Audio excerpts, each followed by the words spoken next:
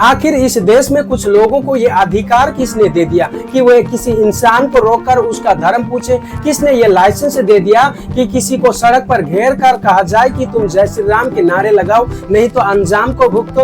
और सबसे बड़ा सवाल, अगर धर्म आस्था का विषय है तो फिर आस्था को डंडे और डर के सहारे साबित करने की जरूरत क्यों पड़ रही है? सोचिए, आप अपने काम से कहीं पर जा रहे हैं, अचानक कुछ लोग आपका रास्ता को रोक लेते हैं, आपका नाम पूछते हैं, आपकी पहचान पूछते हैं और फिर तय करते हैं कि आप कौन है, आपको क्या बोलना चाहिए, आपको क्या नहीं बोलना चाहिए। ये सिर्फ एक व्यक्ति की कहानी नहीं है, ये उन सवालों की कहानी है जो पिछले कुछ वर्षों में बार बार भारत के अलग अलग हिस्सों से उठते रहे हैं। कहीं किसी मुस्लिम युवक को कथित तौर पर जय श्री राम बोलने के लिए मजबूर करने का आरोप लगता है, कहीं किसी ईसाई प्रार्थना सभा पर हमला होने की खबर निकल कर आती है, कहीं किसी को धर्म के नाम पर सार्वजनिक रूप से अपमानित करने की बात निकल कर आती है। लेकिन सवाल यह है कि आखिर ऐसा माहौल बन कैसे रहा है? क्या ये वही भारत है जिसकी पहचान संविधान, विविधता और धार्मिक स्वतंत्रता से होती है, या फिर हम धीरे धीरे ऐसे मोड़ पर पहुंच रहे हैं जहां कुछ लोग खुद को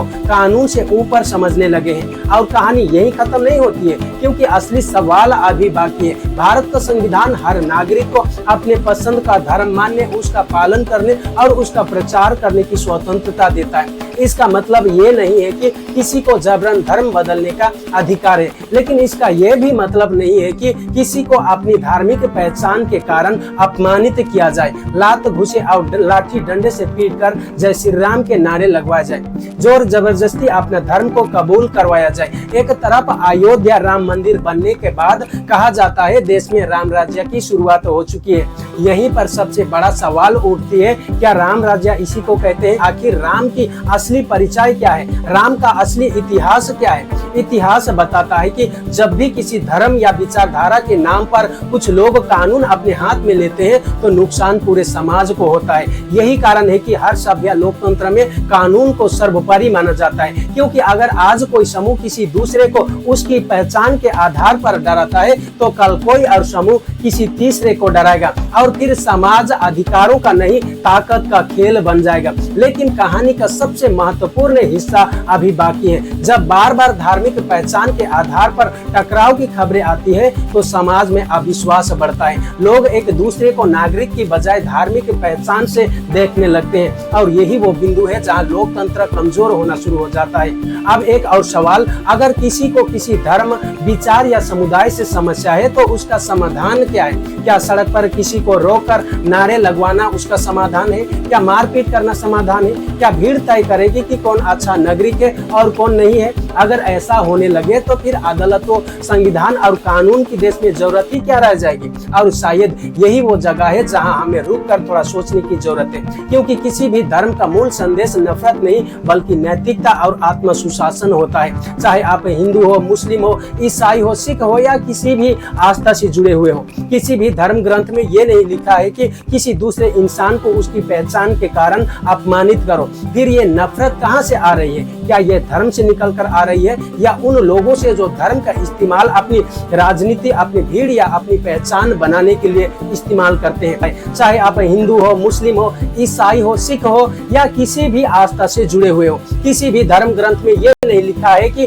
किसी दूसरे इंसान को उसकी पहचान के कारण अपमानित करो। फिर ये नफरत कहाँ से आ रही है? क्या ये धर्म से निकल कर आ रही है या उन लोगों से जो धर्म का इस्तेमाल अपनी राजनीति, अपनी भीड़ या अपनी पहचान बनाने के लिए कर रहे हैं? और यही इस पूरी कहानी का सबसे बड़ा ट्विस्ट है। अक्सर जब कोई ऐसी घटना होती है तो सबसे पहले आम लोग इसमें प्रभावित होते हैं। वो हिंदू जो शांति चाहता है, वो मुस्लिम जो सम्मान चाहता है, वो ईसाई जो अपने विश्वास के साथ जीना चाहता है, सभी इसमें प्रभावित होते हैं। फायदा केवल उन लोगों को होता है जो समाज को बांटकर अपनी ताकत को बढ़ाना चाहते हैं। इसलिए असली लड़ाई किसी धर्म के खिलाफ नहीं है बल्कि उस मानसिकता के खिलाफ है जो ये मानती है कि डर पैदा करके सम्मान हासिल किया जा सकता है। सम्मान कभी डर से नहीं मिलती है, सम्मान व्यवहार से मिलता है। आस्था कभी डंडे से नहीं फैलती है, आस्था दिल से पैदा होती है। और इतिहास गवाह है कि जो विचार प्रेम और स्वतंत्रता से फैलती है वे सदियों तक जीवित रहते हैं, लेकिन जो विचार डर और हिंसा पर टिके होते हैं वे अंत में अपने ही बोझ से गिर जाते हैं। इसलिए आज सवाल